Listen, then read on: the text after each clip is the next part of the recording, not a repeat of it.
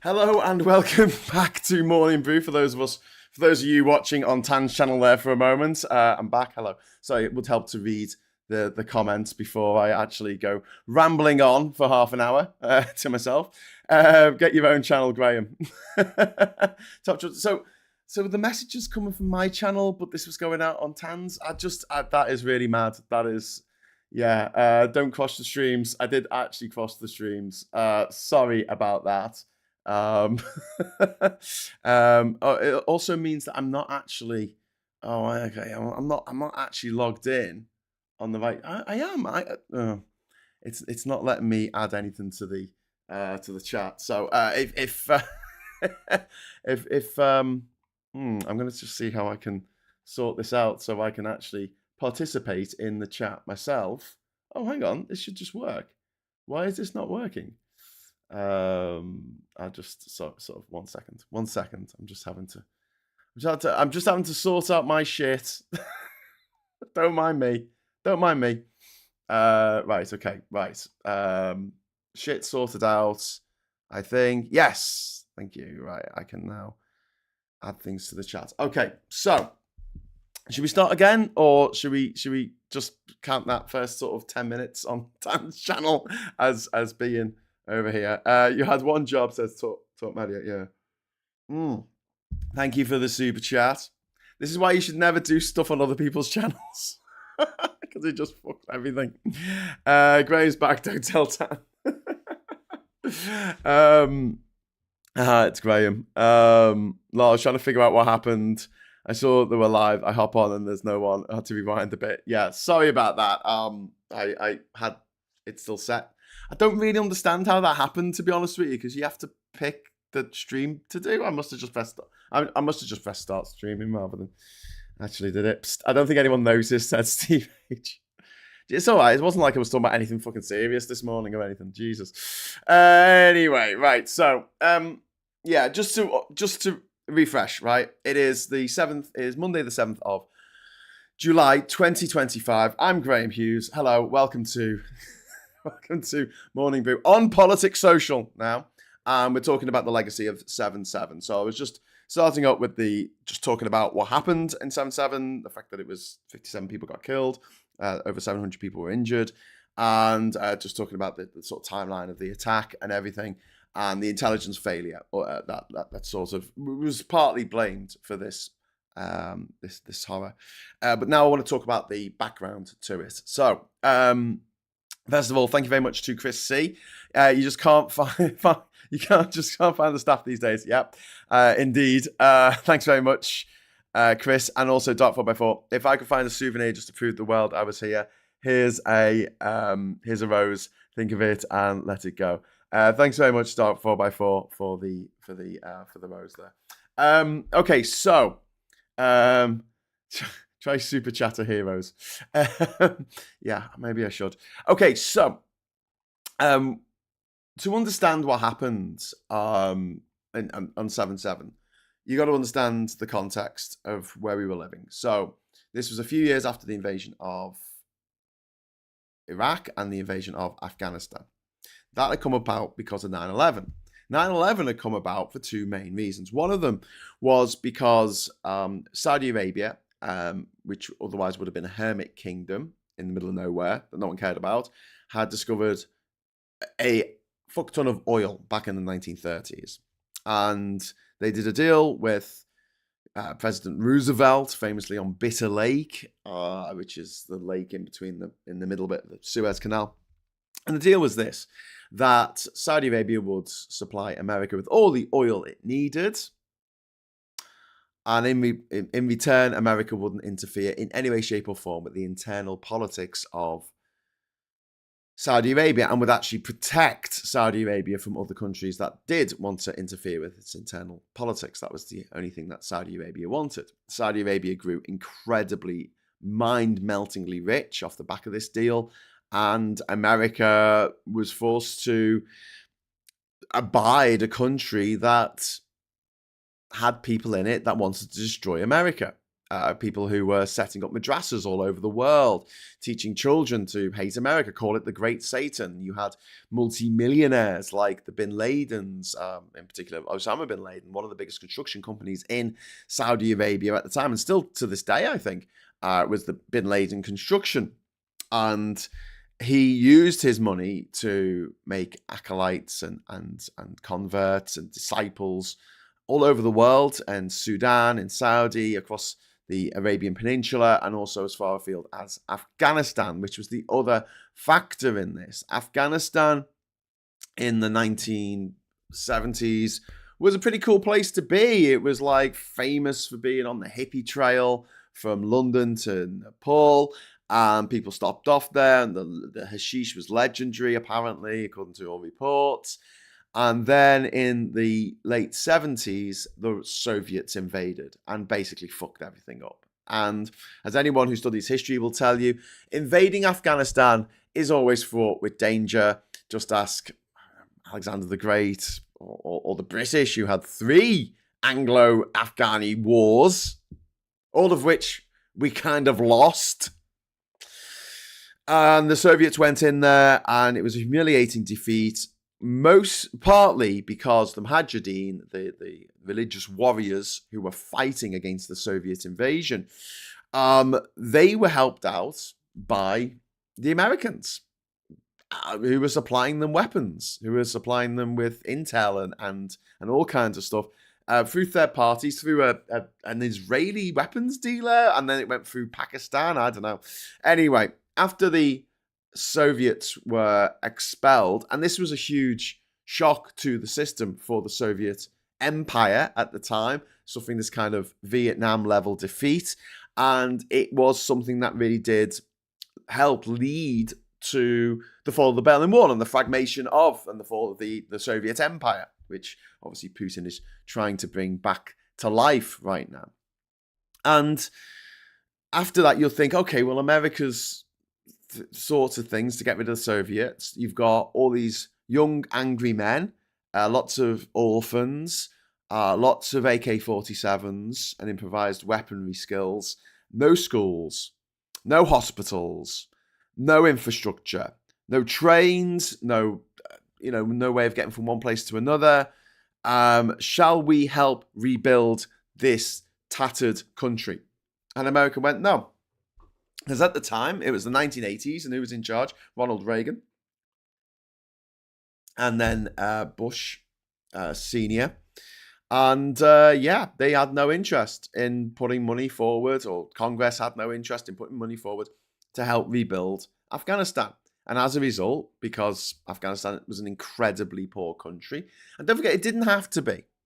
I don't believe in this whole thing of this doctrine of like some countries are just geographically misfortunate. I understand that some places are always going to be better off, generally speaking, just because of they've got good neighbours, they've got rich neighbours, whatever, or they're in a strategically important place in the world, like Singapore, for instance. Everyone has to stop in Singapore. But just look at it this way. In the 70s, the GDP of Afghanistan was the same as the GDP of South Korea. And now look at it.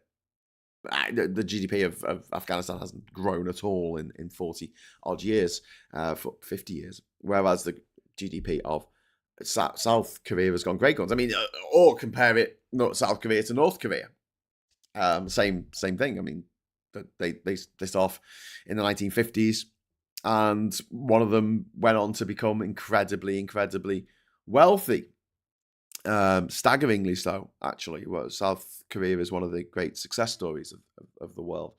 But so there's no reason in particular why Afghanistan would have to necessarily be a basket case. Obviously, it's landlocked, so it is reliant on its neighbours. It lives in an unruly part of the world. It's neighboured by Pakistan, by Iran, by Turkmenistan, by Uzbekistan, by Kyrgyzstan.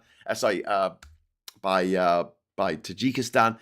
It had some geographical problems, but even so, it's a country that could have done all right, but for foreign interference, dickheads going in and causing trouble. Now, I'm not saying it was the Americans' fault that the Soviets invaded, although, it was a sort of proxy war for the Cold War. But what I am saying is it's absolutely the Americans' fault for being so stupid and being so short-sighted that they didn't give any money towards the rebuilding of Afghanistan, which could have made all the difference in the 90s because, like I say, country full of AK-47s and angry young men, it fell in, and regional warlords, it fell into civil war for many years, a civil war that was ended by the Taliban. When the Taliban rolled into Kabul, they were greeted as heroes. You've got to understand this. Like when that happened, we were all listening to Nirvana and fucking, I don't know, Soundgarden and stuff. We weren't really paying attention to what was happening in Afghanistan. And very quickly, the Taliban, who were heralded when they first won the war, they quickly turned into one of the most tyrannical governments the world has ever seen, executing people publicly in the football stadium in Kabul, killing women for daring, not wearing a headdress or wearing some makeup under their burqa. This is an abhorrent regime, but also very useful for Islamophobic scumbags in the West to go, oh, look, they're all like this, when most people who are Muslim are not like that at all. In fact, the vast majority of people who are Muslim are pretty moderate. They're not this insane extreme that the Taliban are. So the Taliban were allowed to run riot, and they allowed people like Osama bin Laden, who was a Saudi citizen, lots of money, multi-millionaire, nepo baby, went to private school. It allowed him to set up terrorist training camps because they didn't give a fuck. As long as they weren't the ones being terrorized, they were like, well, if you wanted to attack the great Satan, which is America, go for it. And they did. The most audacious terrorist attack in history, which was 9/11. Before I go on, Umka, thank you very much for the £5 super chat. Fun fact, in the Soviet movie of Sherlock Holmes, they censored out words about Watson's experience in Afghanistan because USSR had war there. Wow, that doesn't surprise me at all. This is the country of Potemkin villagers, wasn't it? Chris C says, as a result of the 7/7 attack, I was stuck on board the Virgin train between Carlisle and Preston for hours with customers who didn't understand or really care why we weren't able to proceed. Many Afghans fighting the US were farmers, and locals paid to do so. With all the Saudi money sloshing around, it was easy to throw a few $1,000s to a dirt poor local. Yeah. I mean, this was a proxy war between Saudi Arabia and America, as was 9/11 was a Saudi-backed attack on America. 15 of the hijackers were from Saudi. The other 4 were from, I think, Yemen, UAE, Egypt, and somewhere else. None of them were from Afghanistan. None of them were from Iraq. So there was, if you squinted really hard, there was some justification for going into Afghanistan. America activated Article 5 of the NATO treaty, which said that if one country is attacked, it's an attack on all of them. And instead of pointing the finger at Saudi Arabia, who actually carried out the attack, not the government necessarily, but the state apparatus allowed that attack to happen, they protected Saudi Arabia and went into Afghanistan instead. And we were dragged into that because we were part of NATO. And if you squint very hard, you can see there's some sort of justification for that. In 2003, there was no justification whatsoever for the invasion of Iraq. There was no justification whatsoever. Yes, it had a terrible leader, a leader who had gassed his own people in the early 90s. That's why Kurdistan in the north of the country had separated and become an autonomous region, which it still is today, with its own flag, its own way of doing stuff, its own governance, its own police force. It is separate to the rest of Iraq, although it's under one banner in terms of a nation state. An absolute monster of a man. And I don't want to defend him because he was a scumbag, absolute scumbag. I get that, but you don't invade a country to take out one person. That is the definition of madness. Slaughtering over 100,000 people, 100,000 innocent civilians, hundreds of thousands of innocent civilians in pursuit of taking out one man. And Iraq was an absolute disaster from start to finish. They did take out Saddam Hussein, but it made a bad situation worse. A bad situation so so much worse and made Muslims around the world feel like they were being punished, collective punishment, for the actions of a handful of Saudi Arabian extremists. And meanwhile, Saudi was just walking around scot-free. No one dissed Saudi. The Bin Laden family that were living, the members of the Bin Laden family that were living in America, were on one of the only planes to leave America on the 12th of September 2001. That tells you a lot. That tells you a lot of how this is all about money. It's all about money, and not even in like Iraq, where people said, "Oh, they're going in to get the oil." I mean, look, if that was the case, they'd go into bloody Venezuela. They've got some of the biggest oil reserves in the world, although not big enough because they want the oil reserves of their neighbour Guyana. And they had a referendum last year to vote to invade their neighbour and steal their oil because, the justification to invade somewhere, whether it's for oil or whether to get rid of the guy in charge, is just bonkers. It's like that you're going to make a bad situation worse, lads. And they absolutely did, culminating in the bombing of the train station in Madrid and also the 7/7 attack in London. And I'm not victim blaming here because this is where I very much, this is my opinion, I very much have truck with people who say, I think that one person's terrorist is another person's freedom fighter, which is why I'm quite against Palestine Action being described as a terrorist group for this reason, because I think that I don't want people who can justifiably call themselves freedom fighters to be terrorists. How are they terrorists? Well, if they attack innocent people who have got nothing to do with your beef, then they're terrorists. Simple as that. As far as I'm concerned, don't kill innocent people. If you see someone on the other side of the street punching someone, the correct response is to cross the street and break up the fight. It's not to punch the person on your side of the street next to you, because that'll do no good whatsoever. And we see this time and time again. So I'm not justifying the 7/7 attack. Obviously, it was absolutely abhorrent. I'm just giving you a little bit of the lead-in of what the mentality was at the time. And Iraq proved to be an even bigger failure than we had already sort of surmised. Anyway, Umka says, Will, you are absolutely correct. Julius Caesar made his conquest for the silver mines of the Gallic tribes. Yep, no silver left in the UK. Or gold. All the gold's gone. Paul Ewan says, evangelical Zionist, Wahhabism, free cheeks are the same mutated arse. I would agree to a certain extent. I don't like using the Z word because I think it gets there's a lot of it is mixed up with anti-Semitism a lot of the time, and when you use the word, doesn't necessarily mean what the person that you're saying it to means in their head, But I think Wahhabism we can kind of get away with because that is a peculiarly Saudi Arabian sect of Sunni Islam, which is based on a little bit of a cult of Wahhab, the guy who existed a few hundred years ago, who was incredibly conservative and made religion the actual, the core tenets of these people's lives above all else.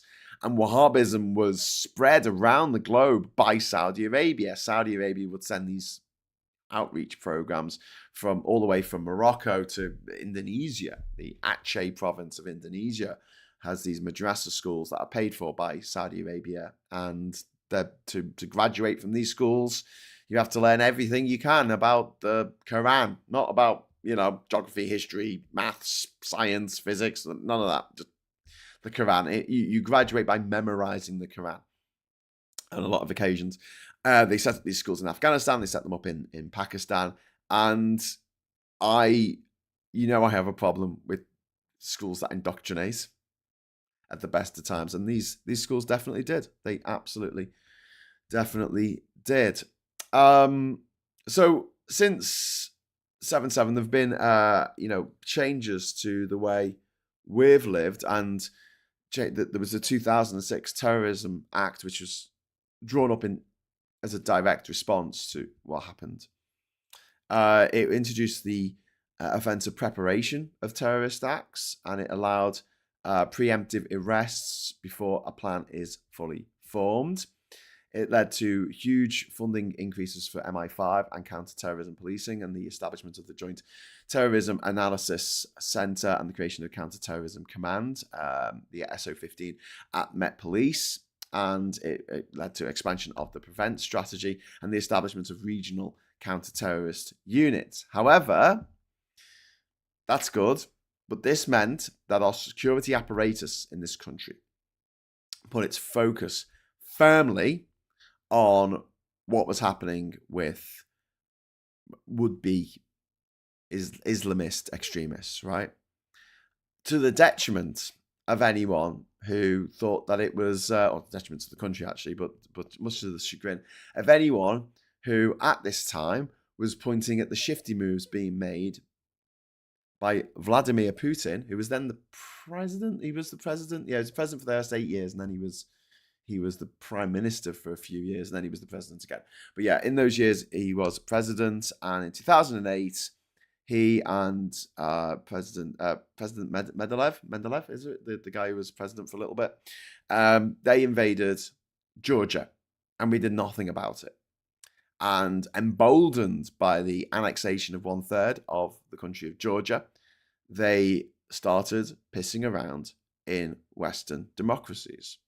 Most notably, our democracy during the 2014 referendum in Scotland, the 2015 general election, and the 2016 Brexit referendum. They absolutely meddled in those things. And then a year later, we had they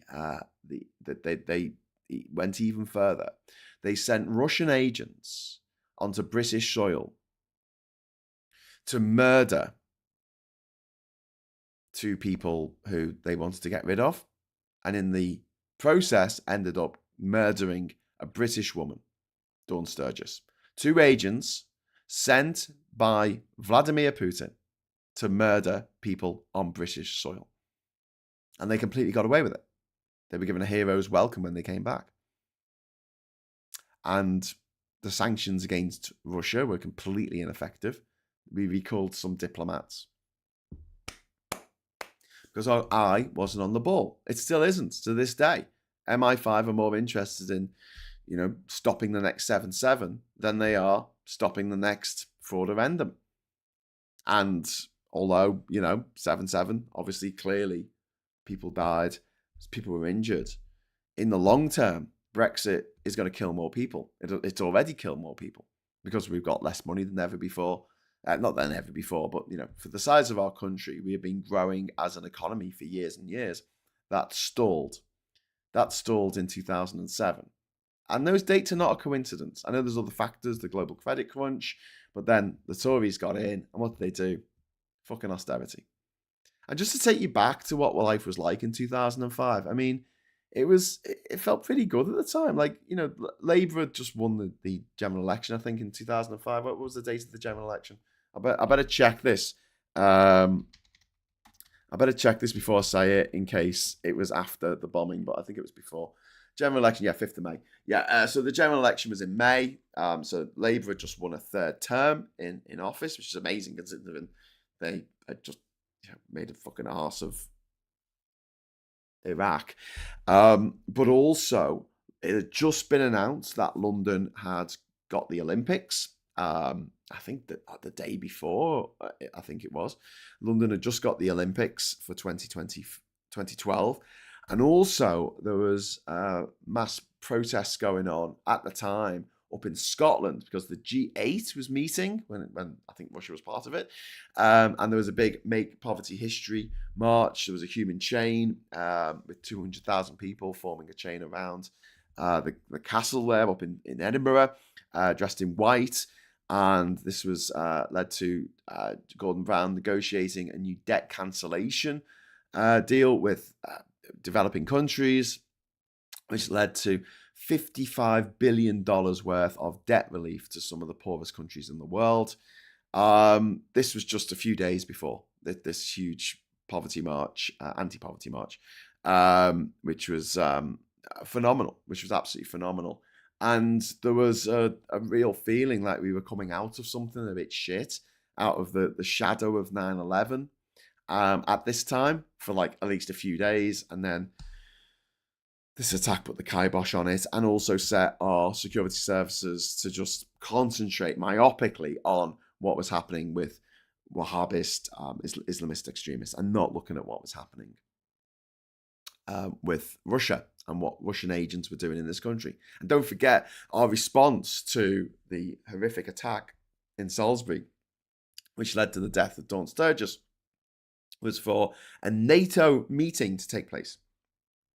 And for our then Foreign Secretary, some blob of a man called Boris Johnson, I think it was, he went to this meeting and then he got rid of his security personnel. And then he left the meeting with top secret documents from the meeting and went to a sordid cocaine and sex orgy party hosted by a fucking FSB agent, KGB agent, in the mountains of Italy. And then was photographed the day after, waiting for his EasyJet flight home, looking very much worse for wear. Yeah. If I remember correctly, nothing was done about it as well. Then you had the chap who killed with a ricin-filled ball shot to him via an umbrella. Russia has a lot to answer for. Yeah, absolutely.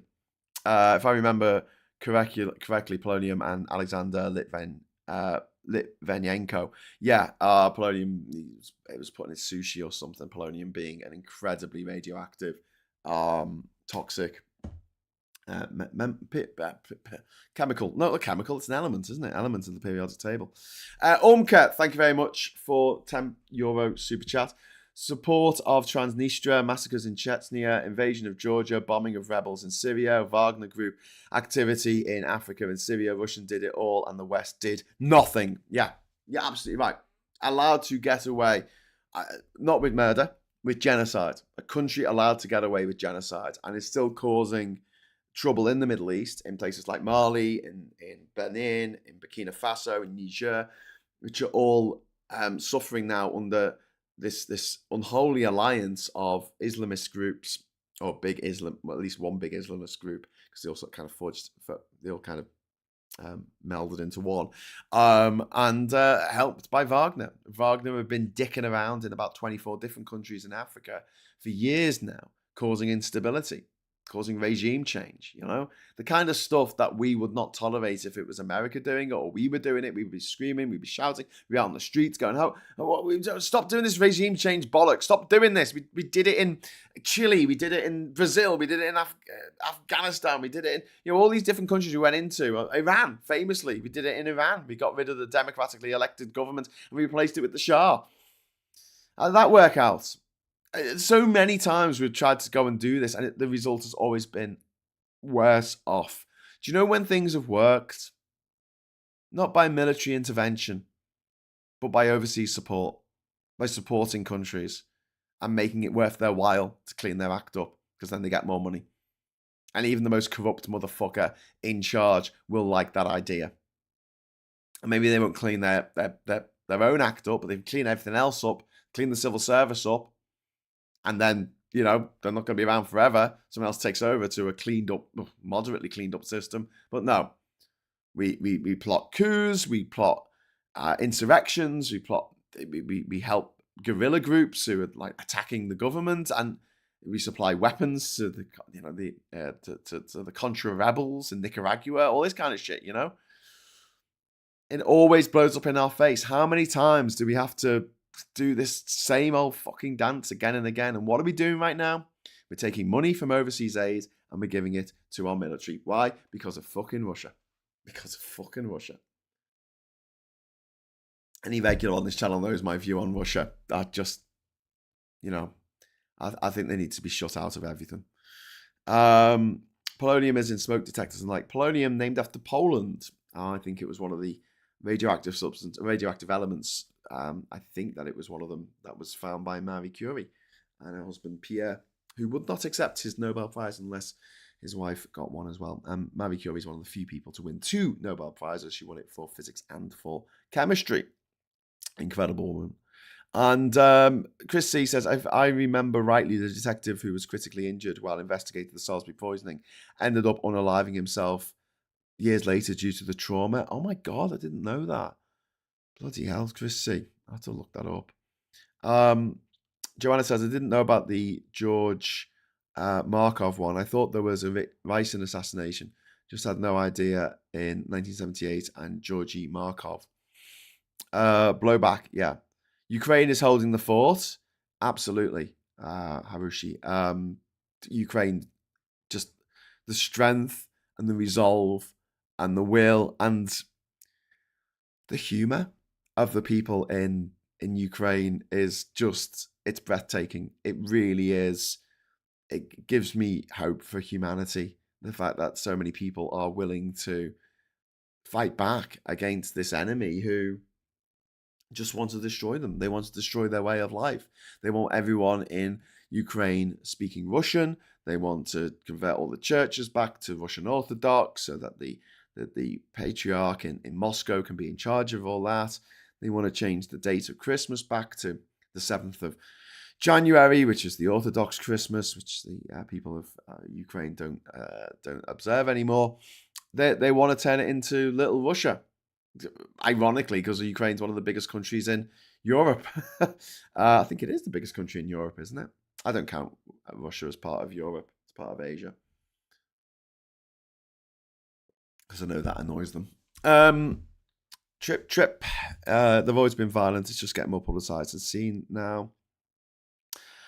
Shout out to Strontian. Is that another scientist? Because you've got strontium, haven't you? Which is another element of the periodic table. Instability between Armenia and Azerbaijan was always heated by Russia. Their police forces always put more petrol in the fire. Yeah, keep them fighting amongst themselves, because then they won't fight you. Divide and rule, my friends. Divide and rule. It's what the British did in Russia, in India for centuries, absolute centuries, getting one regional leader to fight against another regional leader. If there was any kind of religion involved, even better for the British. Trump's got that golf course in Scotland. Yeah. Equally, ironically, Ukraine used to have the nickname Little Russia. Tchaikovsky's Second Symphony is named after it, which is ironic since Belarus literally means White Russia. So surely that is the Little Russia. This is also run by what's his name? Lukashenko, is it? The guy who runs Belarus. He's not a very nice man. And I think he's older. I think he's older than Putin, but he always acts like Putin's little brother.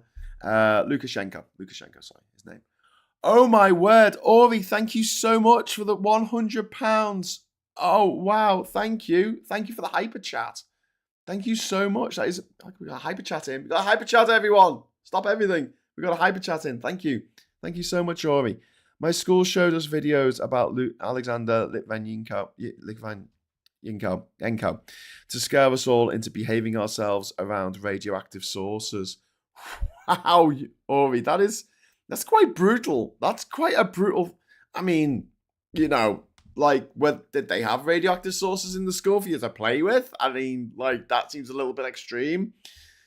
Don't lick the smoke alarm, or you'll end up like Alexander Litvinenko. Oh my God. That is insane, but thank you so much, Ori. That is so incredibly generous of you. Thank you so much. Really, really appreciate that. A place in Scotland with strontium, says Billy. Chris is saying, wow, Ori, thanks. And Diz is saying thank you as well. And Mike is saying, that's seriously messed up. Yeah, I mean, give you nightmares. There is that famous picture of Alexander Litvinenko in bed, with the bald head that was put out by, I think, his widow, who put it out there to show what the Russians had done. But not hardly anything happened to them. Hardly anything.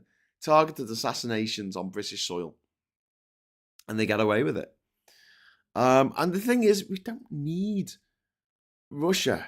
And this is what frustrates me so much about the petrol heads, the dickheads, the fossil fuel lobbyists, the people who are in love with petrol, the petrol huffers.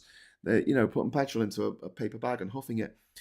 They're allowing countries like Saudi Arabia, like Russia, to rule over us by extension, because we're reliant on the resources that only they can provide. Now, Russia provides a shitload of gas to the European Union. It's still supplying gas to the European Union to this day. Not as much, clearly, and we've sourced gas from other places, but still. Wow, it's a lot, and it's made our energy bills go through the fucking roof. And this wouldn't have happened if we had completely converted to renewable energy years ago, which we should have done. We should have done this 20 years ago. But instead, no, oil, because the incredibly rich vested interest trying to get us to, go for the oil. Go for the oil. Always go for the oil. Anyway, but when I say that the security services have been myopic at looking at Islamist threats, I mean, there was that they have had some successes. The liquid bomb plot targeting transatlantic flights from Heathrow, which led to everyone having to take their fucking shoes off and give what was it? No, that was a shoe bomber, wasn't it? There was the 100 mil limit on your toiletries and things, taking it onto a plane. So everything's got to be put into like a little tiny bottle like that, which is very frustrating. That came from that. The attackers planned to use explosives disguised as soft drinks, and the plot was. This was in 2006. The plot was foiled due to real-time intelligence sharing between MI5 and Met Police, and it led to the global ban on liquids, over 100 mils in people's hand luggage. Then there was the Westminster attack, which wasn't foiled, unfortunately. This is when a guy called Khalid Massoud killed 5 people by driving into pedestrians on Westminster Bridge, and he's then stabbed PC Keith Palmer. He was a lone actor, self-radicalized, no clear ties to foreign terror groups, which is the most difficult people to sort of find. And this is the thing about talking about Russia, and the Russians have communication channels. They're not that secure. They discuss this stuff before they do it. You don't have lone wolf Russian actors in the UK doing crazy shit and killing British people, without being told to do so from somewhere up on high in Russia. Before we go on, thank you to Jovian for the £20 super chat. That's very kind of you. We used radioactive sources in physics in schools back in the 1980s. Thanks for that. And Umka, thank you. Russia uses everything for Russian influence, propaganda, music, literature, sports. When Russia says culture, sport is outside politics, they lie. Russia always lies. Yeah, that's been the case since forever. Like, Russia's always lied. I'm not dissing Russian people here. I do have Russian friends, and they're kind of trapped in this system. But it is totalitarian. It is absolutely totalitarian, and they are told what to believe and what to, breaking taco strikes again. Tariffs to be delayed until 1st of August. Markets going down again. Trump always chickens out. Trump always chickens out. And also, Erin Patterson was found guilty of the mushroom killing. She gave her ex-in-laws, or estranged husband's in-laws, death cap mushrooms to eat, and then she made herself sick, like Gustav Fring in Breaking Bad. Sorry, spoilers there. She's it looks like she did it, surprisingly. And they were saying we don't know what the motive was. And I'm like, okay. Graham, it wasn't a global ban. Other countries that weren't flying into the West, America basically, were allowing liquids to be carried onto planes.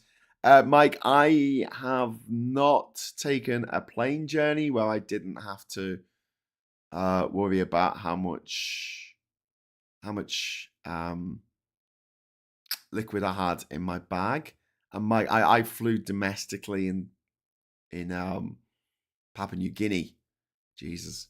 So I had to stop my journey when I was traveling around the world. I had to stop near the end of the second year, just before Christmas, we got news that my sister had been diagnosed with cancer. And we didn't know what type of cancer it was, so much as like, how much it had spread, how big the tumor was, whether it was going to be something manageable or not. But I thought to myself, this was the point where I was supposed to be traveling around the South Pacific. And I thought, oh, I better get to Australia. And at the time, like I framed it like I'm going to see my girlfriend for Christmas because I promised her I would be back in Australia for Christmas. And I was a little bit behind schedule. And Guinness had said if I got back to where I left off from, I could fly for a family emergency or something. So I went to Australia. I was there for about a month. And then we got the diagnosis that Nikki wasn't going to make it. And I had to fly home. But when I restarted my journey 9 months later, it took me a little while to get back on the horse, as you can possibly imagine. I got a flight from Australia to the capital of Papua New Guinea, which is shit. Can't fucking remember Port something. Oh fucking hell! What's the capital of PNG? Jesus Christ! What is wrong with me? It's too early in the morning. Port Moresby. Port Moresby. I need to be going with them. Got a flight to Port Moresby, and then I got a flight from Port Moresby to Madang on Airlines PNG. And Airlines PNG had about 5 planes, I think, prop propeller planes, that went out. And I went to Madang, and from there I got a boat, because that was the only way to get to Wewak, where I left off. Anyway, I get off the plane, and I get on the ferry to Wewak. There's no road. You've got to take the ferry and go around. And literally a few days later, a plane crashed, and it was the same airline company. It was the same plane. It wasn't the same plane. It was the same route from Port Moresby to Madang, and it crashed. There was I think there was like 5 survivors. The 2 pilots survived. I think the 2 stewardesses survived, and 1 passenger survived who was right at the front when it crashed. And that was like the plane. And here's me going around the world without flying. But yeah, even on that internal flight in Papua New Guinea, I had to not have any liquid. So I mean, maybe somewhere else in the world, but in my experience of flying, that I've always had to sort of give up my bloody bottle of water, which is so frustrating. And it's just mad, isn't it, when you think about it in the round? Like all over the world, they've put this rule in, and sometimes you have to take your shoes off, and you have to have a full body scan and stuff. Because of a foiled plot to bring liquids on a plane that were explosive. Whereas in America, a school bus full of children die every week by getting shot dead.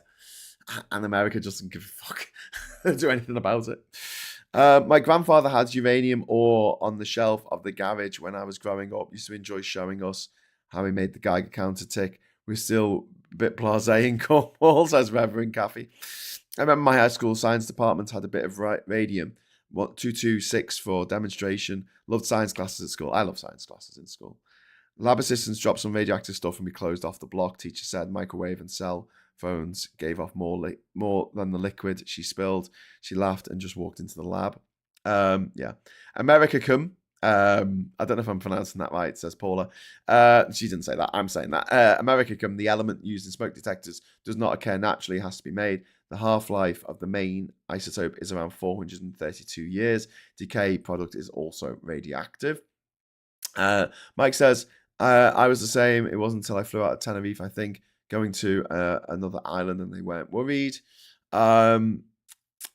Adrian says, part 3, Anwar Sadat has been assassinated on the Feast of the Conception, 23rd of September, civil calendar. The involvement of cops. Anwar Sadat was the president of Egypt, wasn't he, until his assassination in 1981? But he was the guy who did the Camp David Accords with Israel and managed to get the Sinai Peninsula back under Egyptian control. Paula Thomas, you've been a member for 1 month. Thank you so much for being a member for 1 month. You are the best. You are the best. Radioactive elements were in chemistry sets. Oh yeah. Back in the 1950s, like, radiation was seen as great. There was a product you could buy which is like it would make your water radioactive. It was like a radioactive element, and you wouldn't put it in the water. I don't think you put like a cup of water on top of it, and then the radiation would go into the water, and then you drink the water in the morning. A bit of radiation was good for you. It's kind of scary. What words is YouTube blocking? I don't know. Probably we're talking about radiation and bombings and things like that. I could imagine there's a few words that it wouldn't want us to say. So anyway, yeah, we're also in 2017. There was the Manchester Arena bombing at the Ariana Grande concert. Salman al-Baidi killed 22 people, mostly children. And inquiry found that MI5 had intelligence but failed to act in time. And yeah, there was the London Bridge attack and the Fishmongers Hall attack, which were ISIS-inspired stabbings. The attackers were known to security service. I think the Fishmongers Hall, wasn't that someone picked up a fucking harpoon and went after him? But yeah, there have been 15 terrorist attacks in the UK since 2017 and 43 late-stage plots disrupted, according to the Met's counter-terrorist team. And the threat has kind of changed from these quite elaborate planned attacks to these more lone wolf actions. And Al-Qaeda had a more hierarchical structure. 7/7 was centrally inspired, but ISIS, which came afterwards, encouraged these more sort of DIY attacks in individuals radicalized online with little external guidance. And don't forget, it's not just Islamist extremists. You've also had a rise in far right extremism, which we saw manifest last summer with the attempted burning down of a hotel that housed asylum seekers, but most notably the murder of Joe Cox in the June of 2016, just before the Brexit referendum. And then the horrible little squadge of a man, what was his name? Johnson something. Standing up in Parliament saying getting Brexit done would be the best way to honour the memory of Jo Cox, a woman who campaigned against Brexit and lost her life by a guy screaming Britain first and killing her, a young mother of two. But yeah, we now face these hybrid threats with individuals with no sort of clear ideology who have been motivated and influenced by violent online content. And you can look at general grievance in life, the way things turn out, racism, incel ideology, anti-establishment and anti-establishment rage. These are all issues that we need to be dealing with, and the tools are there to police the internet in such a way that these radicalized ideas don't make it into the mainstream. And yet our politicians are very, very hesitant, insanely so, to actually do anything about it. And it just seems mad to me that we spend all this money on counter-terrorism to try and foil plots, and yet we have now a lot of these attacks being done by lone wolves, by like people acting on their own volition, radicalized through the internet. So what can we do? Well, we can tone down the shit on the internet. We can make sure that extreme stuff isn't being posted on Twitter or Facebook or online anywhere. And if it is, those companies that post it in this country get massive fucking fines. Hit them where their money is, because that is the thing that scares them the most. We've also now got the Prevent program, which was established post 7/7 to intervene before individuals move towards violence. 5,000 people at least have been referred to this over the past decade. It works through schools and local communities and community organizations. However, Muslim communities feel disproportionately targeted, which they are. And there's a low referral to action rate, leading to questions about the efficiency of this. And the Southport attacker last year had been referred to prevent, but still went on to murder, triggering a public inquiry. And as a result of that, Yvette Cooper has announced reforms to prevent and new powers to tackle online incitement. And it's like, well, I think this is what makes it very difficult, because at the same time, you're allowing extremist shite like Andrew Tate's incel, extreme masculinity bullshit to be propagated on the internet. The same bullshit that is leading to the deaths of 2 to 3 women every week in this country murdered by their partner. And the stuff, the anti-women, the misogynistic hate that is all over the internet really doesn't help. And in some ways, you could draw a straight line to some of these motherfuckers who become radicalized by what they watch online and go out and commit horrific acts of gruesome violence, especially against women, which is terrorism. Women are terrorized routinely in this country. And we were talking about this yesterday on Tan's channel. Being a woman in this country doesn't feel safe. It just does not feel safe. You've got to be looking over your shoulder all the fucking time. You can't even go out for a run without men being horrific to you. Men feel empowered. Men feel like women owe them something. And this really, really isn't helped by so-called feminists going after trans women when they should be going after, I don't know, misogynistic cisgendered men. Incel culture. Go after that. That's the big problem at the moment. Not where a trans woman wants to go for a piss, which doesn't affect anyone. How many women have been killed by trans women this year so far? 0. None. Not one. Making up a crime that doesn't exist to try and justify your bigotry is beneath contempt. It really is. But meanwhile, real women are really suffering from the fact that this is going on, and you've got to protect, women. Trans women are women. End of. If you are a feminist, you should be protecting them, not demonizing them. I'm not saying, I'm going to be someone who stands in the toilet declaring who's a woman or not. And all the people who seem to do that are just the worst. The absolute fucking worst. But yeah, trans women are more likely to be attacked than men. Trans women are more likely to be attacked than women in public toilets. Who are you protecting? You're not protecting women.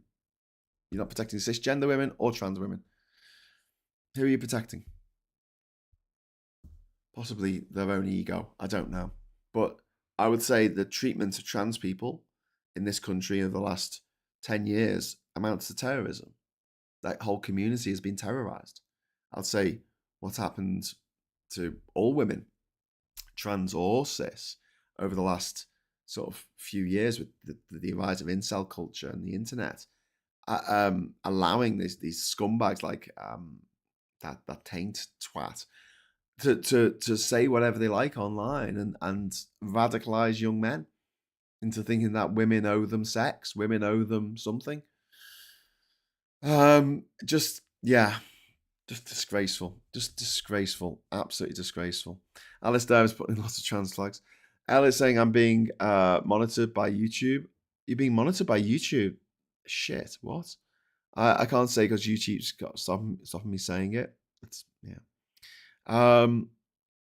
Social services under the Tories tried unsuccessfully to refer me to prevent. Apparently they feared I was radical. Still don't know what way. Either openly socialist or openly pagan. Bloody hell, mate. And the best programmers I work with were self-taught.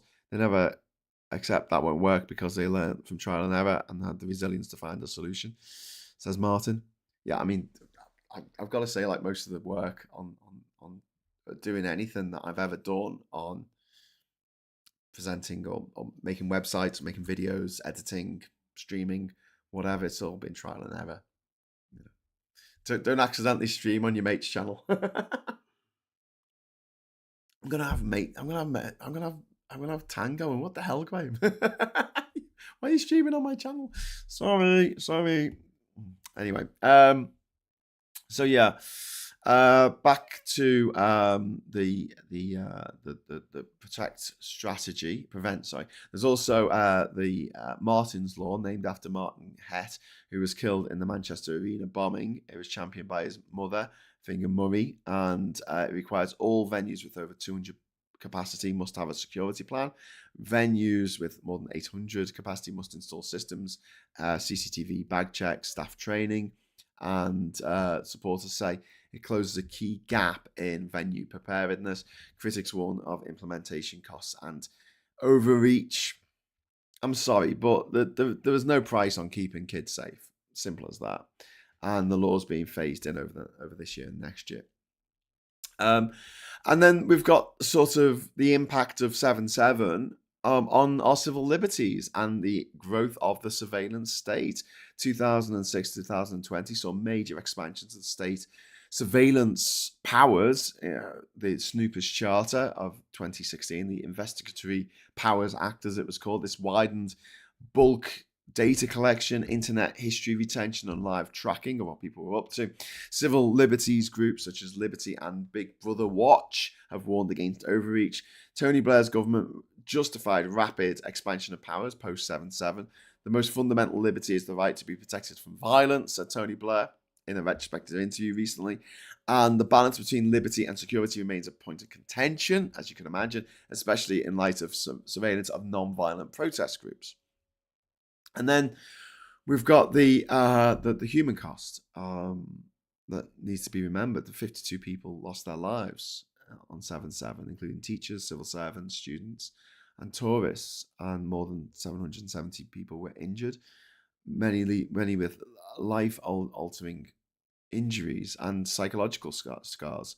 PTSD remains widespread among survivors, responders, and their families. Disproportionate scrutiny faced by British Muslims in the aftermath led to alienation and inevitable backlash. And a survivor called Mustafa Kurtulu, he said, I never felt able to just be a victim. As a Muslim, I was expected to explain international terrorism. I was attacked on the street. And stories like Mustafa's illustrate the need to reject collective blame and focus on preventing radicalization without alienating communities. And this is, I get that it is a fine line, but one of the first things we need to do is we need to stop blaming all Muslims for the actions of a Muslim or a small number of Muslims. In the same way, we need to stop blaming the actions of Israel on all Jews. That's the same path of madness. Blaming all the actions of a few individuals in a community, blaming the entire community for that, is something that kind of landed us all in the society in which we currently inhabit. It's a big problem. All working class people getting tarred with the same brush. It happens all the fucking time. We've got to stop doing it. When we talk about what the Israelis are doing, we need to talk about the Israeli government and the Israeli Defense Force, the crimes that they are committing. Otherwise, we fall into this trap, and it is a trap to say if you meet a Jewish person, you've got to get that they must explain what Israel is doing. You meet a Muslim person, you've got to explain why these terrorist attacks happened. Why? I mean, some people who are Muslim come from Indonesia. It's a very, very long way away from Saudi Arabia, where these attacks were plotted in the first place. Like blaming someone from Pakistan or someone from Morocco for the crimes of the Saudis would be as mad as blaming people in Wales for crimes committed by the Russians. You're both Christians, right?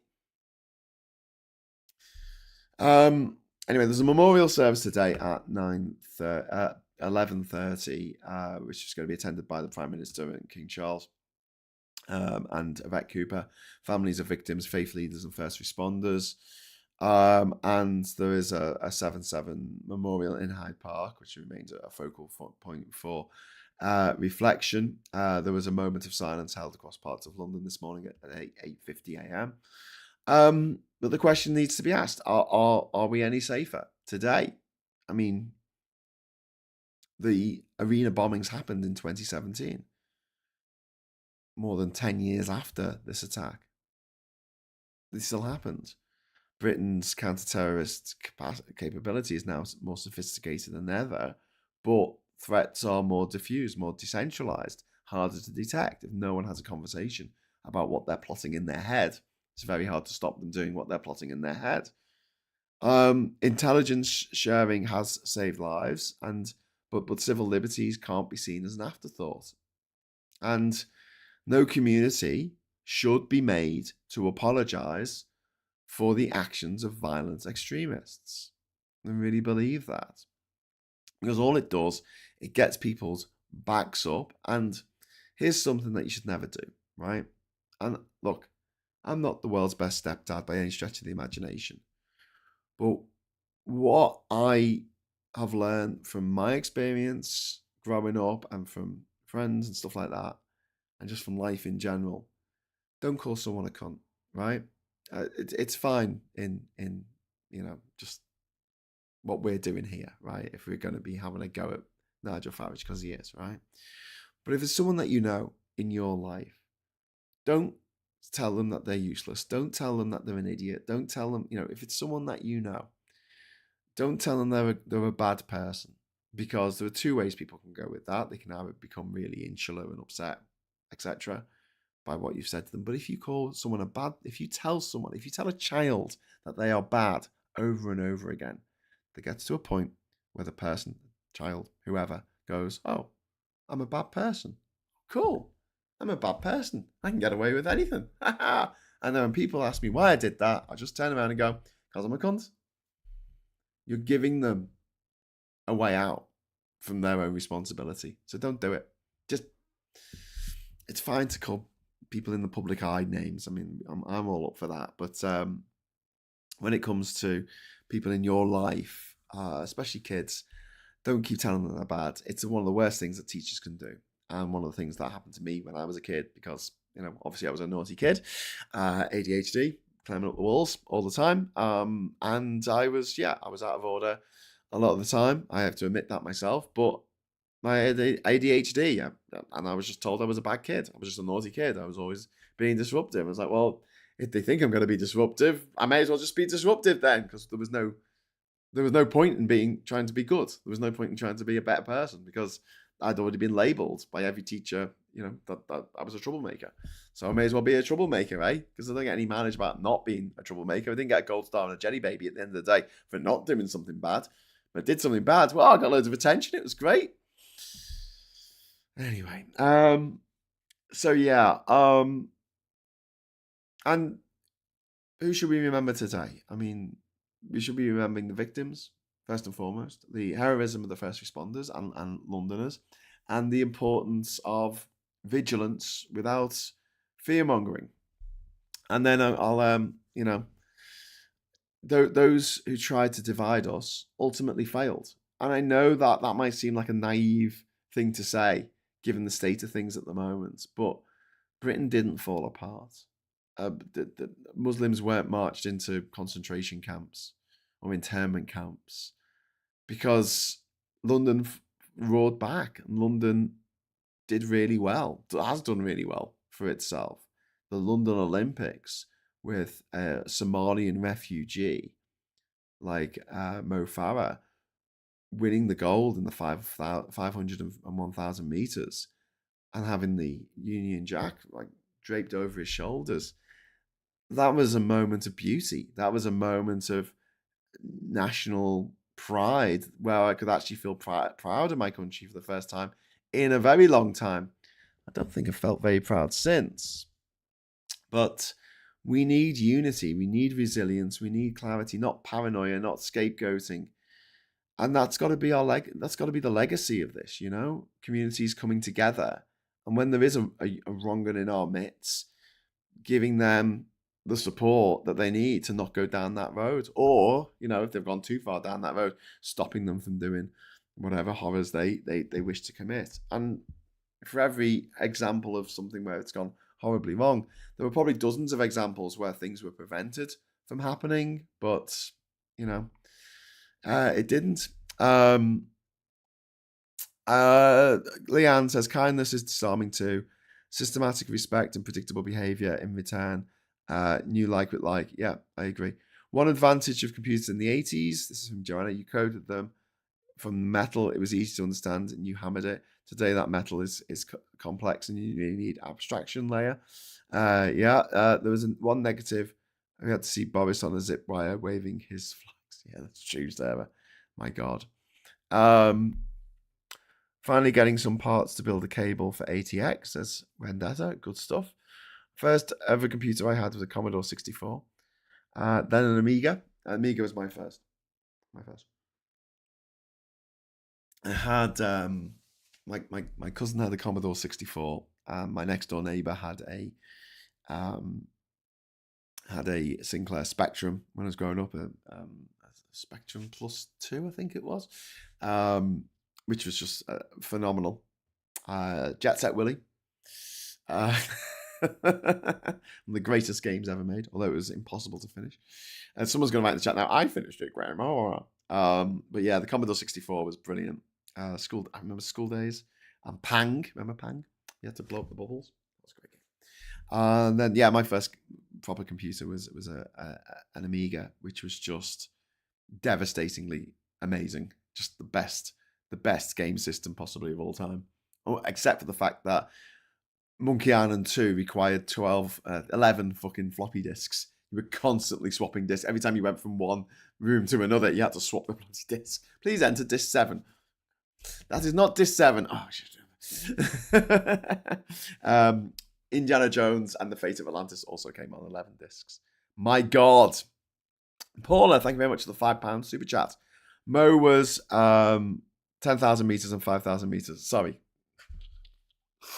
It's early in the morning. Did I say 500 meters and 1,000? I meant the 5,000 and 10,000. 5,000, 10,000. Thank you very much to the Paula Thomas for the correction. 1 second. I was wrong, and I accept responsibility. Atari ST for the win. No, sorry, Martin. The music on the Atari ST was shite. It was sub-specky shite. It was absolutely awful. The music on the Amiga was a thing of absolute beauty. So I will win that battle with you, because they had the same chip. They had the same graphics chip, didn't they? The Atari ST and the Amiga. But Amiga pipped the ST at the post by having really great music.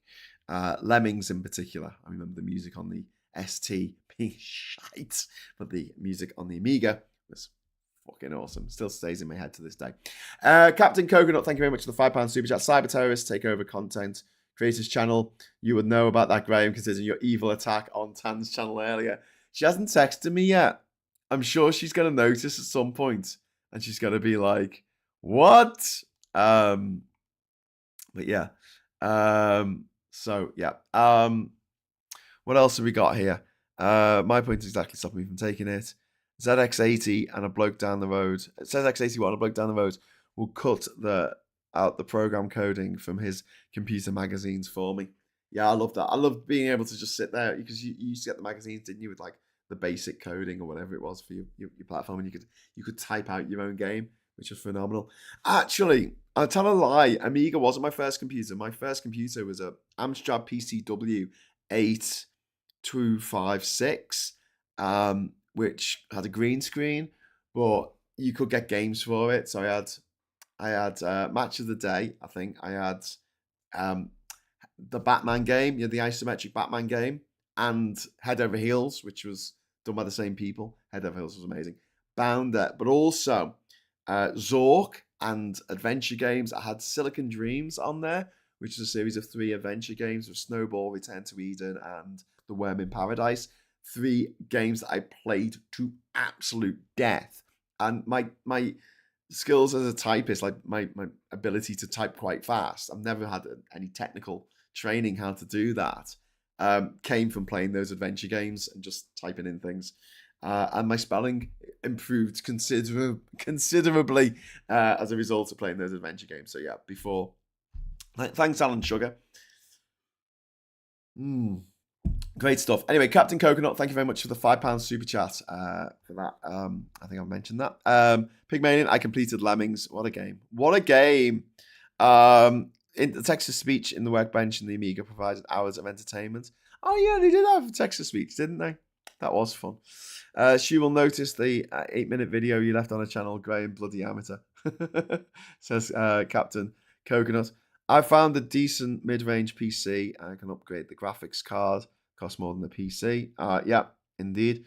Who else used to tape the charts on a Sunday night?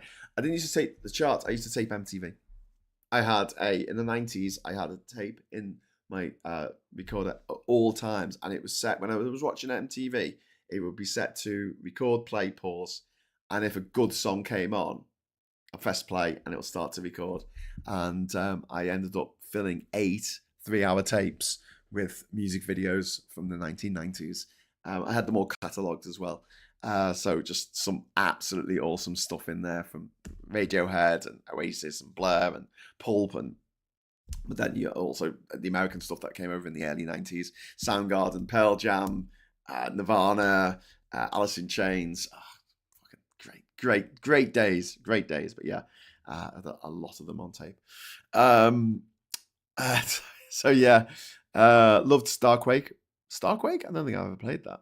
The birth of home computing in the 80s was a good time to be alive, says Graham Price. Yeah, I mean, I love the fact that the first 18 years of my life, so I was born in 79, I went from, in 1979, we had Pong. Space Invaders, I think, came out in 79. And then the graphics just got better and better and better. We had Doom, we had Quake, and then Tomb Raider. And then eventually, by the time I was in university, we had GTA. Well, GTA 3, which is the first one that wasn't top down, wasn't it? Which is just phenomenal. And yeah, back to the Lemmings connection. GTA, being made by DMA Design, who made Lemmings. Sat there with the pause button pressed to get chatting, then start again on the next song. How to confuse a child from the noughties, show them a cassette tape. That's my car CD collection, Graham, says Martin Harrow. God, and you know what? That was also, I would say, the absolute apex of the music video. So you had amazing visionary directors like Michel Gondry, Chris Cunningham, Spike Jonze, putting out these fucking awesome video clips to go with various songs, and it's where they cut their teeth. And yeah, it was just obviously MTV fell down some kind of reality TV plug hole in the noughties, and music videos today aren't as fucking epic as they once were. But yeah, that was really cool. That was a really good time to be really into music, really into video games, really into TV, really into films. Lots of really good films in the 90s. But I won't allow myself to fall into toxic nostalgia. There's some epic shit coming out right now, which I think is absolutely bloody wonderful. So there you go. And back in those days, you didn't have the sort of amazing TV shows like The Sopranos and The Wire and Breaking Bad. You wouldn't have had them. You literally wouldn't have had them because you wouldn't have had a series running over many seasons, running with the same story unless it was a soap opera. You just didn't generally have that. It was more like procedurals and stuff that reset at the end of each episode. Yeah. So did you not record long play to double the capacity of the tapes? I don't think I did, Christopher, basically because it degraded the quality of it. Like VHS was bad quality to start with. So I think that I just had a thing that it would have to be short play. Indeed. So Tansky's still not noticed. Maybe she hasn't looked at it. Because as soon as she looks at her YouTube stats from like last night, it's going to come up with like an excellent thing. Oh my god. So yeah, just had this shared with me. I don't know if should I share this with you? Oh, actually, I don't know if I can. Maybe I should. Go on. I'll share. Okay, so some of you are gonna get this joke. Some of you are going to be horrified. Some of you are going to think I'm a terrible person for showing this, but I just thought this was funny. Oh, hello. Is this not working? Oh, I can't add it. Shit. Sorry, everyone. I was going to add a picture for you to have a laugh at, but I can't add it. It's the wrong format. Bad format. I still have a Sony Music Center that has 2 cassette tapes, decks, a CD player, and a record deck, and a radio from the 90s before everything was made in China and Turkey. It still works. That's quite cool. Snowy cat. Sorry, phone screw me. Can you sort out the first message deleted? I don't know. Can't find it. Someone in the some mod. One Angry Pagan. Can you do that, Alistair? Fuck yes to The Wire. I'm watching it later today. What a great show. What a great show. So yeah, we had the X Files, but you know, it reset. I know it had some like overarching story arcs things with like Deep Throat and stuff, but it kind of reset. You wouldn't have had something like Lost. Lost was very much a product of the noughties and the differences, the differences that the internet brought to mainstream TV. Wow, that is old, says Jonah. I wouldn't even bother. Just find something a little bit more modern, at least, if you don't care about games. Do you remember Betamax versus VHS? Says Saz. I was a little bit too young to. I don't think I ever saw a Betamax in the wild. Maybe like one friend of mine had parents who had a Betamax, and the Betamax, the format war between Betamax and VHS was won by an inferior product, which was the VHS. However, the reason it was won was because VHS allowed pornography to be sold on its format, whereas Sony didn't allow pornography to be sold on Betamax. True story, my friends. True story. Right, I'm going to head over to the papers for a moment now. You're getting a bit of a bumper show this morning because obviously a massive £100 super chat from Ori. So, you know, I'm going to keep going. I'm going to keep going till the heat death of the universe. But here's the papers. Here we go. Dental Desert special report fined for keeping teeth healthy. NHS dentist Rob Mew says he has to return £150,000 to the NHS for keeping his patients' teeth too healthy. The clawback is because his practice did fewer procedures than was set out in the perverse dentistry payment contract due to preventative measures. That's just mad, isn't it? My God. Labour accused of treating elderly with contempt. Oh, here we go again. State pension tax would be an insult to OAPs. This is from the Express. A stealth tax raid on the state pension would be an insult to all older people. People are, hello, McFly. I was wrong, and I accept responsibility. People have to pay if they earn and they get their pension at the same time, which a lot of people do in the 70s. You have to pay tax on your pension. You have to add it to your income when you're declaring for your tax. King Mark 77 anniversary with a call to stand firm against division. Brian Cox there with Life After Succession. PM facing fresh revolt over special needs help.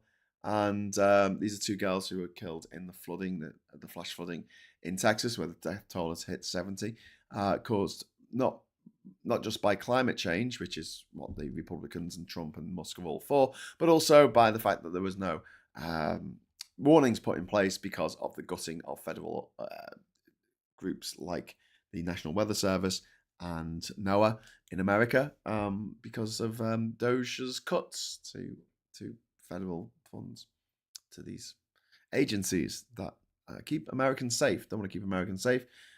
Everyone's out on their own for a year. Anyway, the Daily Mail. Tough police chief. Smell of cannabis is a sign of crime. Senior officials tell Mail that drug stench can make them feel unsafe, and frontline officers should do something about it. How? Norrie, the last bit standing as Wimbledon hit by AI line judge farce. I don't know if anyone saw this, but at Wimbledon there was a female player who like the ball was clearly out, like it was a mile out. Like even watching on TV, and you've got like the player who hit the ball was on nearer the camera, and so it was on the far side of what you were getting from the TV.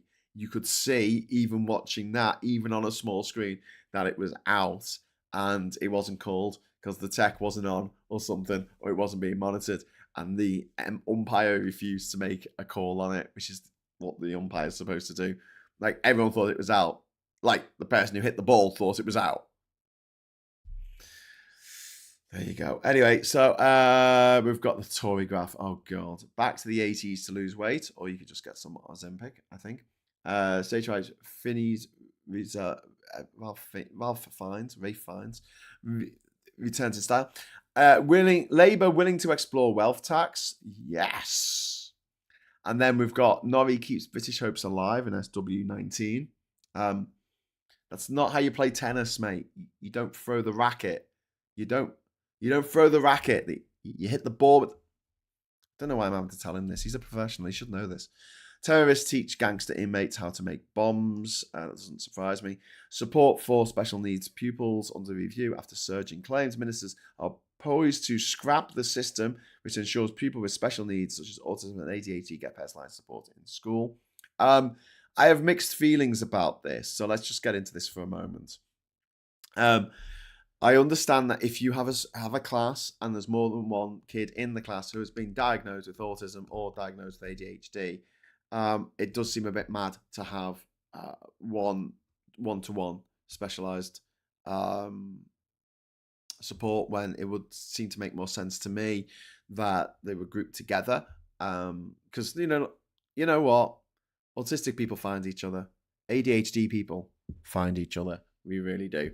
Yeah, I think ADHD people who I know and love are generally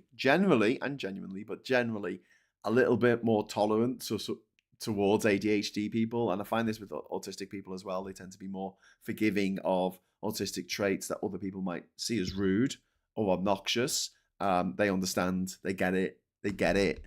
But yeah, so I understand that there could be scope to look into this, considering that autism and ADHD are much more better understood now than they ever have been in the past. And yeah, if changes need to be made, as long as the level of support doesn't change, like the amount of support these kids get, I don't mind if it's in a group setting or instead of individual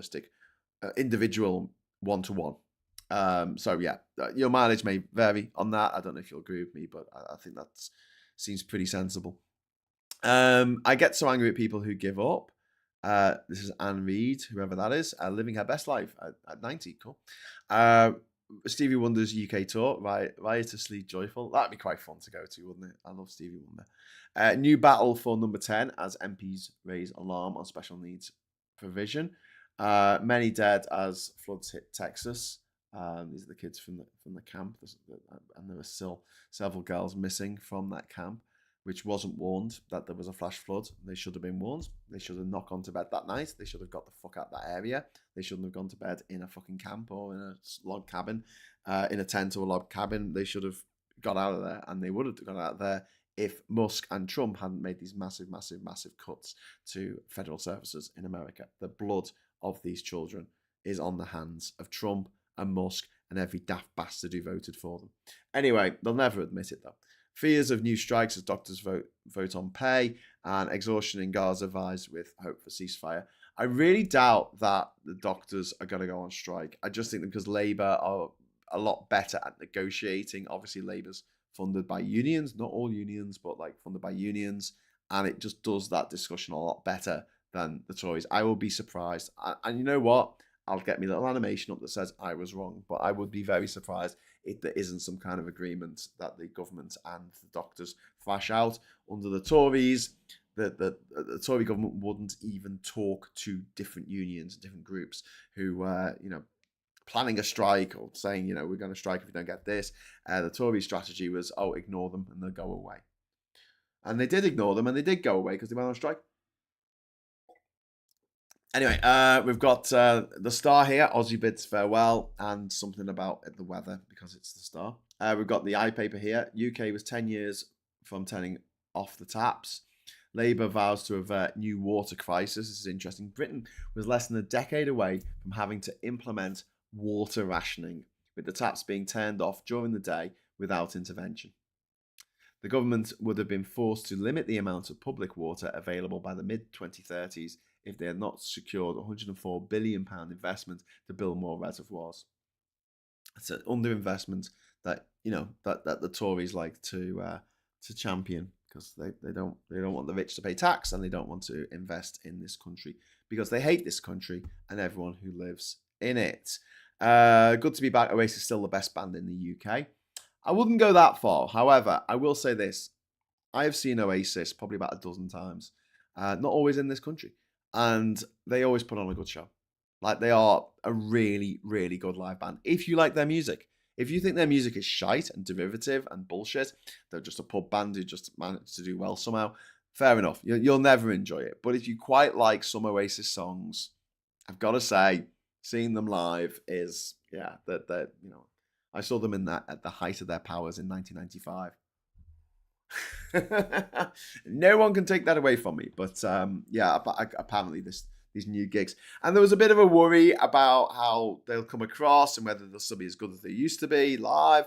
But I think what put that to bed for me wasn't Oasis playing last Friday. It was actually Pulp playing the weekend before last in Glastonbury. They were absolutely phenomenal. It was the best Pulp gig I had been to probably since 1995, since seeing them at the Royal Court in Liverpool in 1995, just as a sort of reason Weirds and Misshapes have been released. I mean, that was just phenomenal.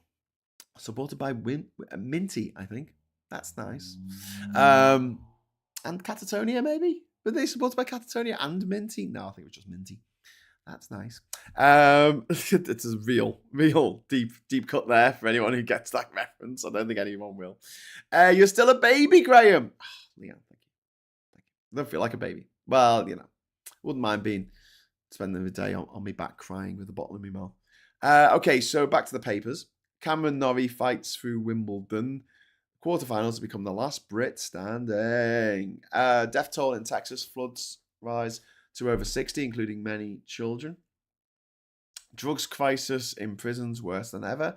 Experts warn of unacceptable level of criminality rampaging unchecked in many jails and a bigger, more diverse and profitable drugs market. Financial Times here. 30 years on and Bosnia is facing a new crisis. Music investment opportunities are massive. There you go. Texas floods. Search for the missing goes on. China reroutes exports via Southeast Asia in bid to skirt Trump's tariff wall. Blair staff took part in talks on post-war Gaza Riviera project alongside BCG. And Jesus Christ, Gaza Riviera. What the fuck? And vape users and producers shrug off a single-use ban. So there you go. Okay, that's all the papers there. That's all the papers have to say. I originally said Trump to my last message. I saw Metallica at the Manchester Apollo in '88. Danzig opened for them. Changed my life, man. Yeah, the Aussie gig at the weekend sounded like it was fucking brilliant, and I'm glad that he got to do that and be surrounded by the other sort of monsters of rock through the ages. And everyone I know who went just had an absolutely brilliant time. Bit jealous. Vendetta says, yeah, I remember when PS3 came out and people were saying the hardware was fucking odd. I remember looking at it. From PS3 onwards, we were working on prototype hardware. Some of it was bizarre. We had the whole wing of Studio Ultra securely locked off and NDA to the max. The Vita was fun. Oh, the Vita. Oh, I remember the Vita. What was the Vita? That was weird, wasn't it? Was that a Sony thing? The Sony PlayStation only came about because Nintendo had asked Sony to make a DVD player for their upcoming replacement to the SNES. And Sony put loads of development into it, and then Nintendo changed their mind for the N64 and decided to make it cartridge-based instead. And was the N64 cartridge-based? I think it was. And Sony were like, ooh, look what we did here. We put all this investment into making this CD based game system. Let's announce it as a game system. But what's really quite interesting is that for years, sort of combat discs, was seen as the amazing successor to cartridges, and Nintendo always looked a bit like old fashioned using cartridges on the N64. But yeah, it wasn't until the Wii that they started using discs, and then it wasn't the same kind of it wasn't like a compact disc, was it? It was slightly different or whatever. But yeah, now they've gone back with the Switch and the Switch 2. They've gone back to cartridges essentially, which are memory sticks. They're just memory cards, which is kind of mad. But there you go. That's the way things go. Having a DVD player or a CD player now is a little bit odd. Christopher says, I don't mind listening to Oasis. I just find their music quite uninteresting. Yeah, no, it's each to their own. I'd love to go to a Maiden gig. I watch plenty of videos of Iron Maiden live. Status Quo is the biggest band I've seen live myself. Yeah, trans rights, human rights, they're not AI rights. Yeah, I agree. Ozzy was amazing, says Sonic. George Foreman Grill, there, CD-ROM player. Of course not. I have lost the track of the whole episode. I've lost track of the whole episode. Cheers, YouTube AI.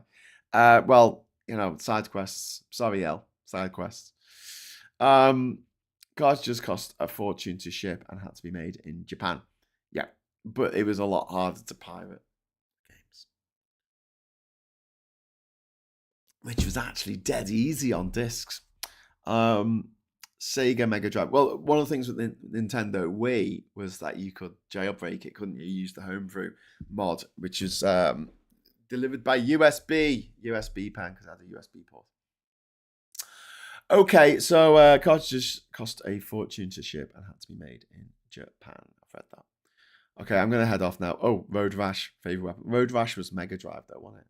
I don't think Road Rash ever came out on Nintendo. Do you remember, like, Nintendo were like the squeaky clean ones? They didn't want to have, it was all like family friendly games. They didn't want to like GTA on there or stuff. They didn't want to have like, they didn't want to have Doom or Wolfenstein for a long time, and then they were like, oh, fuck it. My mum and dad saw Iron Maiden live at Monsters of Rock in '91. Had plenty of Queen, Status Quo, Iron Maiden, Meatloaf, George Michael, AC/DC, etc. when I was growing up. I love that list, One Angry Pagan. I love that it's Queen, Status Quo, Iron Maiden, Meatloaf, Akadaka, and George Michael. That's cool. It's okay. I'm Obi-Wan on the side quest against the robots. Makes sense to me, I guess. Thin Lizzy and Pink Floyd in the 70s as a kid. Awesome times. Now, Paul at Glastonbury last weekend were absolutely phenomenal. Best I've seen them. Seriously. I mean, I think, like, when I saw them in '95, they probably didn't have enough. I didn't have enough time for different class to really bed in. Maybe, yeah. But like Disco 2000 didn't come out. It was actually the third, technically fourth, but it was the third single off Different Class was Disco 2000. It came out after the gig that I saw them. I think it was the 22nd of November. I saw them at the Liverpool Royal Court. I'll have to check that date. Should I check the date now? Go on. Graham's personal life history. Pulp. Royal Court. Liverpool. 1995. 14th of October. Sorry. 14th of October was when that Pulp gig was. And now I just see Disco 2000. It was released. Oh, come on. Give me the release date. I have to type in release date. Piss off. November the 27th. Yeah. So it was before it was released. We had the album. The album was out, but we didn't necessarily have the video for Disco 2000, which was balls, by the way. Babies is their only good song, says Doc Davis. It is a good song. I disagree that it's their only one, but it's music. There's two types of music in the world: the stuff you like and the stuff you don't like. So yeah, even seeing them in '95, I don't think Different Class had enough time to bed in. And I saw them in '96, I think, at the 9X in Manchester, and they were phenomenal. That was fantastic, that gig. And then the next time I saw them, it was after This Is Hardcore came out, and they were not quite as exuberant as they once were. When that came out, and then We Love Life was even less exuberant. It was kind of like Jarvis in his gardening phase of his life. He just decided he wants to retire from music and be a gardener. I know they've done a few gigs beforehand, but Glastonbury felt like a really triumphant return to form for Pulp after many, many years. I can't get over that Jarvis Cocker's 61. Yeah, he was always older than us. Like, that's the thing about Pulp. They always seem like the outlier of Britpop because they were a bit weird. Them and Suede, I guess. Anyway, we were lucky children getting into music in the 70s. Something for everyone. Yeah. But I mean, I think kids are lucky these days because they've got their own music that they like, but also they've got the back catalogue. They've got 50 years of rock and more than 50 years, 70 years of rock and roll. So yeah. Anyway, okay, I'm going to get off now. So thank you so much for the super chats, especially to Ori. That was really, really generous of you. Thank you so much. I'm be back this evening with Stateside with Mikey Famine, hopefully on this channel, which will be going out at 9 o'clock tonight, and we're going to be talking about Trump's latest taco and other stuff. Friday night social, make it a 90s night, says Sarah Davis. Maybe that sounds like a good, really good plan. 9X name from Distant Past became MEN, and now AO Arena. No one calls it. Yeah. But at the time, it was the 9X. Anyway, back in the day, right? So we went to see Pulp at the 9X, and I had a standing ticket, and I took my mate Danny, and we bought a ticket for him outside, but we couldn't get a seating ticket for him. So we took him inside, and I said, "Don't worry." I'd seen a few gigs there beforehand, so I knew what I was doing. And basically, went in, and I got my hand stamped with a P. I think it was like a P, and I brought a load of pens with me. And I got the right colour ink for what it was. I made sure it matched. And then I drew a P, like a perfect stamped P, on my friend's hand. And he just walked in and went like this. And he had the P on his hand, so they let him go in to the standing area. Great days. Anyway, so yeah, small world. Andrew, is it on Tube? One of the things, like, we talk about how shit it is for kids these days because everything's on camera, but at the same time, like, I've seen loads of clips from gigs that look absolutely boss that I would have missed. I would never have known in the 90s because no one would have filmed it and put it on the internet because it would have taken 7 years to upload it. Anyway, on your 56k modem. Okay, so I'm gonna get off now. Like I say, thanks for all the chat, thanks for the super chat, thanks for watching, and thanks for being awesome. Just in general, being awesome. And give us a like on the way out. And until next time, thank you so much for watching. And yeah, I hope things get better for everyone, because at the moment things are a bit shit, and I think it's really, really important that those of us who don't want to leave a shitter world for the next generation really fight against the nutters in charge and their avarice and their greed. So, until next time, hello, good evening, welcome, and goodbye.